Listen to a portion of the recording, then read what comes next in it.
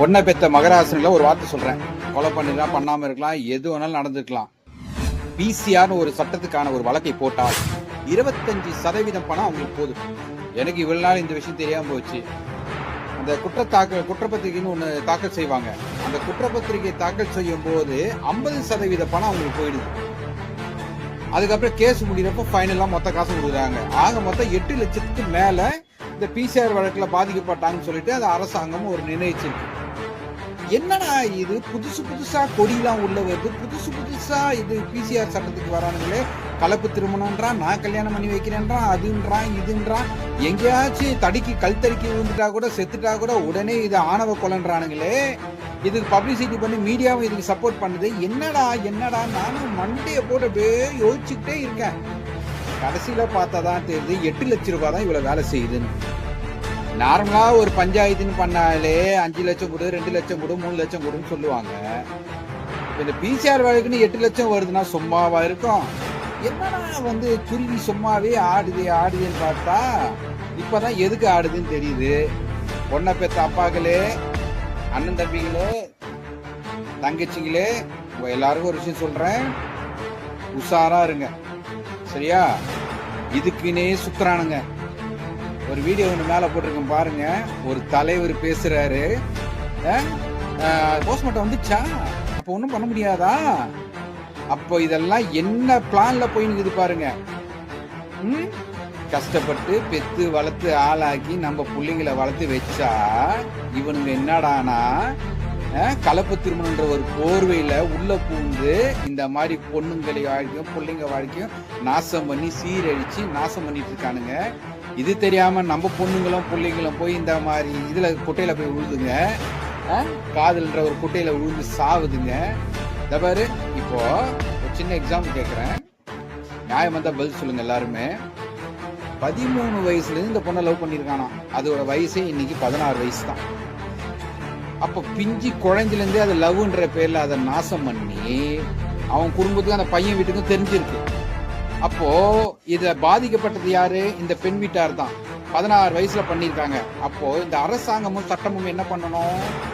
16 வயசு பொண்ணு இந்த பையனை லவ் பண்ணி இதுக்கு உடந்தையா இருந்தாங்க அப்பா, அம்மா, அண்ணன், தம்பி, தங்கச்சி மொத்த பேரையும் போக்சோ வழக்குல கைது பண்ணிருக்கணுமா இல்லையா? ஏன் இந்த அரசாங்கம் பண்ணல? அதுக்கு மாற்றா அவன் குடும்பத்தை, பொண்ணு வீட்டு குடும்பத்தை சேர்ந்தாங்க அப்பாவையும் சொந்தக்காரங்க ஜெயில போடுச்சிங்க பிசிஆர் வழக்குல. இப்ப பிசிஆர் வழக்கு போட்ட உடனே ஒரு அமௌண்ட் அவங்களுக்கு போயிட்டு இருக்கோம். அடுத்தது எஃப்ஐஆர் போடணும், ஒரு அமௌண்ட் போயிடும். அப்போ இங்க என்ன நடக்குது சிந்திச்சு பாருங்க மக்களே. இது ஜாதி கலப்பு திருமணத்துக்காக நடக்கிற சட்ட போராட்டம்லாம் இல்ல, பணத்துக்காக நடக்கிற சட்ட போராட்டங்கள். இதுக்கான மறியல்கள் தான் இங்க நடக்குதுன்றது தெளிவா தெரிஞ்சு போச்சு. இனிமேல் பொண்ணை பெத்தவனும் புள்ளைய பெத்தவனும் உஷாரா இருங்க, அவ்வளவுதான் நான் சொல்ல முடியும். இன்னொரு விஷயம் எனக்கு என்னன்னா, ஒரு நல்ல தலைவனுக்கு அழகு என்ன? 16 வயசு பொண்ணை லவ் பண்ணி அது கூட சேர்ந்து தற்கொலை பண்ணினாங்க 2 பேரும். இப்ப பாதிக்கப்பட்டு பண்றது அந்த பொண்ணு குடும்பம். இவனுக்கு என்ன சொல்லணும்? டேய், நல்ல தலைவனுக்கு என்ன அர்த்தம்?